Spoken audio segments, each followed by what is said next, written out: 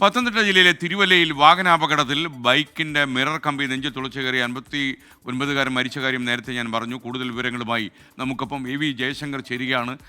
ജയശങ്കർ, വളരെ സങ്കടവും ഷോക്കിങ്ങുമായിട്ടുള്ള ഒരു ആക്സിഡന്റ് ആണ്, പറയും.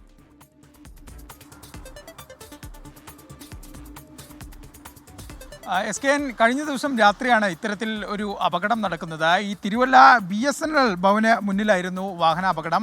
ഈ മരണപ്പെട്ട തെക്കേടത്ത് വീട്ടിൽ ബെന്നി സഞ്ചരിച്ചിരുന്ന വാഹനത്തിലേക്ക്, സ്കൂട്ടറിലേക്ക് മറ്റൊരു വൺവേയിലൂടെ വന്ന മറ്റൊരു ബൈക്ക് വന്നിടിക്കുകയായിരുന്നു. ഇടിയുടെ ആഘാതത്തിൽ ഈ ബൈക്കിൻ്റെ മിറർ കമ്പി ബെന്നിയുടെ നെഞ്ചിൽ തുളച്ചു കയറുന്ന സാഹചര്യം ഉണ്ടായി. ഉടൻ തന്നെ തിരുവല്ലയിലെ താലൂക്ക് ആശുപത്രിയിൽ എത്തിച്ചെങ്കിലും ജീവൻ രക്ഷിക്കാനായില്ല. ഈ ഇടിയുടെ ആഘാതത്തിൽ ഈ കമ്പി വലിയ തോതിൽ ആഴത്തിൽ തുളച്ചു കയറിയെന്നാണ് ആശുപത്രി അധികൃതർ പറയുന്നത്. അപ്പോൾ തന്നെ വലിയ തോതിൽ രക്തം ഉൾപ്പെടെ നഷ്ടപ്പെട്ടു. അത് ജീവൻ നഷ്ടമാകാൻ കാരണമായി എന്നാണ് ആശുപത്രി അധികൃതർ പറയുന്നത്. എന്തായാലും ഈ സംഭവവുമായി ബന്ധപ്പെട്ട് തിരുവല്ല പോലീസ് കേസെടുത്തിട്ടുണ്ട്. ഈ എതിരെത്തിയാൽ അമിത വേഗതയിൽ വൺവേ തെറ്റിച്ചെത്തിയാണോ ഉൾപ്പെടെയുള്ള പരിശോധന പോലീസിൻ്റെ ഭാഗത്തു നിന്ന് ആരംഭിച്ചിട്ടുണ്ട്. എന്തായാലും ഇരു വാഹനങ്ങളും പോലീസ് നിലവിൽ കസ്റ്റഡിയിൽ എടുത്തിട്ടുണ്ട്.